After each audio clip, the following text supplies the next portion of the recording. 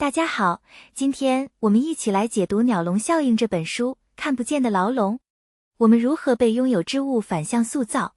想象这样一个场景，朋友送了你一个精美绝伦、设计独特的空鸟笼。你本不养鸟，便将它置于客厅，意于作为装饰。然而，问题接踵而至，每位来访的客人都会好奇地问：你的鸟什么时候死的？或你打算养什么鸟？你需要不断解释，疲于应对。最终，为了停止这无休止的询问，也为了让这个鸟笼名副其实，你很可能真的去买了一只鸟。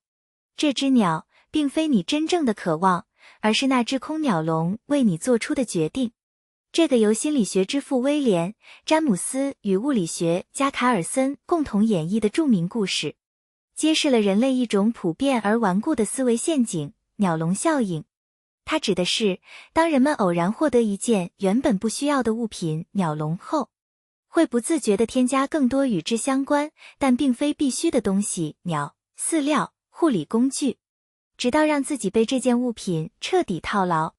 卜寒秋在《鸟笼效应》一书中，将这一经典心理现象置于现代生活的显微镜下，深入剖析我们如何从鸟笼的主人一步步沦为伺候鸟笼的仆人。我们拥有的物品、身处的环境乃至固化的思维，如何编织成一张张看不见的网，悄无声息地塑造并限制着我们的人生。从空笼到满腹，被配套逻辑劫持的生活。鸟笼效应的运作始于一个温柔的起点，一件多出来的物品。它可能是一个赠品酒杯，一个闲置的跑步机，一份用不上的会员卡。问题在于，我们的大脑憎恶不协调与不完整。一个空鸟笼在认知上形成了刺眼的空缺，产生了持续的、微妙的心理压力。为了消除这种不适感，我们的大脑会自动启动配套逻辑，既然有了笼，就该有鸟。有了鸟，便需食与水；有了生命，则需投入时间与情感。于是，一个原本孤立的、可被忽略的物件，通过我们自身的逻辑推演，衍生出一整套我们原本并不需要的责任、消费与生活方式。这种效应在现代消费社会被放大到极致。商家深谙此道，买一部新款手机鸟笼，你就会需要与之配套的保护壳、无线耳机、云存储服务鸟。购置一套豪华沙发鸟笼，你就会觉得旧茶几格格不入，继而想换地毯、换窗帘，甚至重新装修整个客厅鸟。我们以为自己是在自由选择，实则是在完成商家预先设定的填空题。更可怕的是，数字世界提供了无数虚拟鸟笼，一个社交账号需要精心维护的人设与持续的内容更新，一个游戏账号需要每日签到完成任务，一个会员身份需要你不断消费以证明其价值。我们的人生就在为填满一个又一个鸟笼的忙碌中变得臃肿而疲惫。牢笼的材质、沉没成本、自我认同与路径依赖。为什么我们难以摆脱鸟笼？卜寒秋指出，这是因为鸟笼本身由几种坚韧的心理材质铸造而成。首要材质是沉没成本。我们对已经投入的时间、金钱和情感念念不忘。这个笼子这么贵，这么有纪念意义，空着太浪费了。这种心理让我们在错误的道路上持续加码，无法止损，陷入投入越多越难放弃的恶性循环。其次是自我认同的投射。鸟笼不再是一个客体，它成了我们自我形象的一部分。一个书架象征着我是读书人，即便书已蒙尘。一套专业相机象征着我是摄影爱好者，尽管鲜少使用。舍弃鸟笼，在心理上仿佛否定了那个理想的自我，这是一种难以承受的自我认知威胁。更深层的材质是思维与路径的依赖。鸟笼一旦设立，就为我们划定了一条最省力的思考路径。我们不再问我真正需要什么，而是问如何利用这个鸟笼。它简化了决策，也僵化了可能。就像有了锤子，看什么都像钉子。我们的视野被拥有的工具所局限，失去了探索其他解决方案的动力和想象力。无处不在的隐形鸟笼，关系、职场与思维模式。捕寒秋的深刻之处在于，它将鸟笼效应从食物领域拓展至我们的人际关系、职业发展和精神世界。在人际关系中，一段早已失去温度却因长久经营而不舍结束的关系，一个基于旧身份而维持的社交圈子，都可能成为情感的鸟笼。我们持续付出精力去维系，并非出于滋养，而是因为已经投入了这么多年。大家都认为我们该如何？我们被困在关系的形式里，忘记了关系的本质。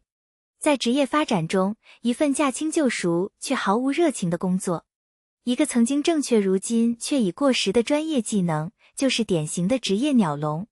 我们因恐惧离开熟悉的环境，鸟笼所意味的不确定与风险，宁愿在里面日复一日的消耗，也不愿振翅飞向未知但更广阔的天空。最坚固的鸟笼，莫过于我们的思维模式。一次成功的经验，可能固化成阻碍创新的教条；一个早期的信念，可能屏蔽掉所有与之不符的信息。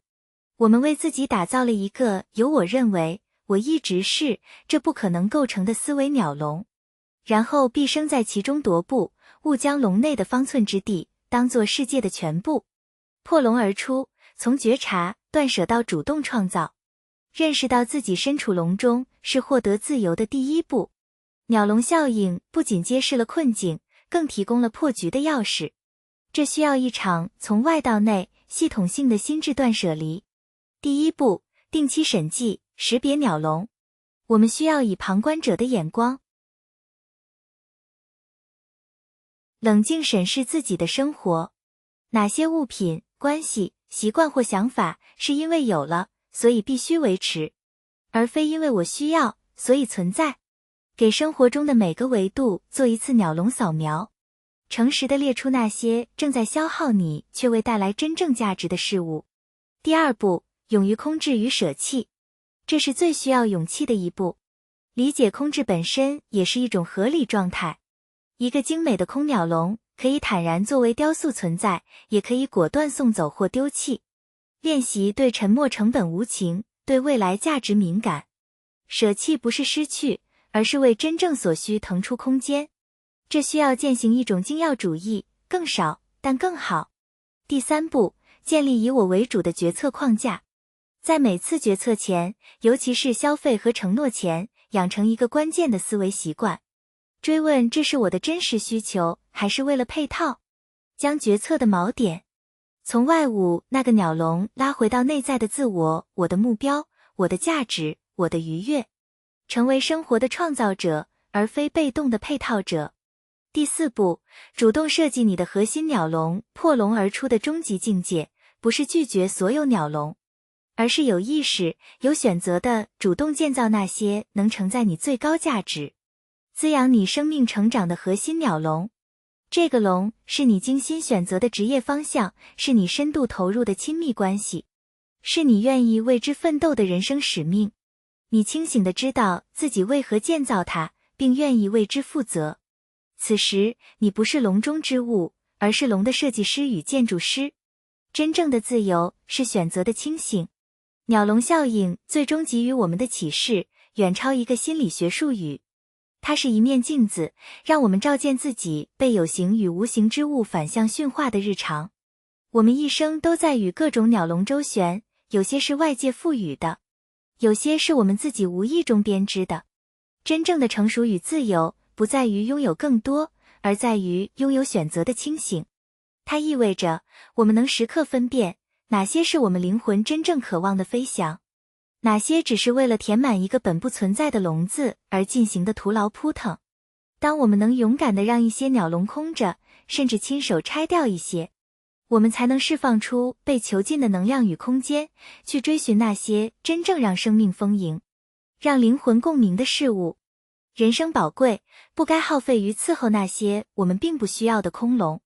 从识别你生活中的第一只鸟笼开始，练习说不，练习放手，练习把主导权重新夺回自己手中。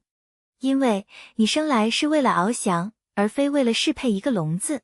感谢聆听，欢迎关注、点赞、分享，我们下期解读再见。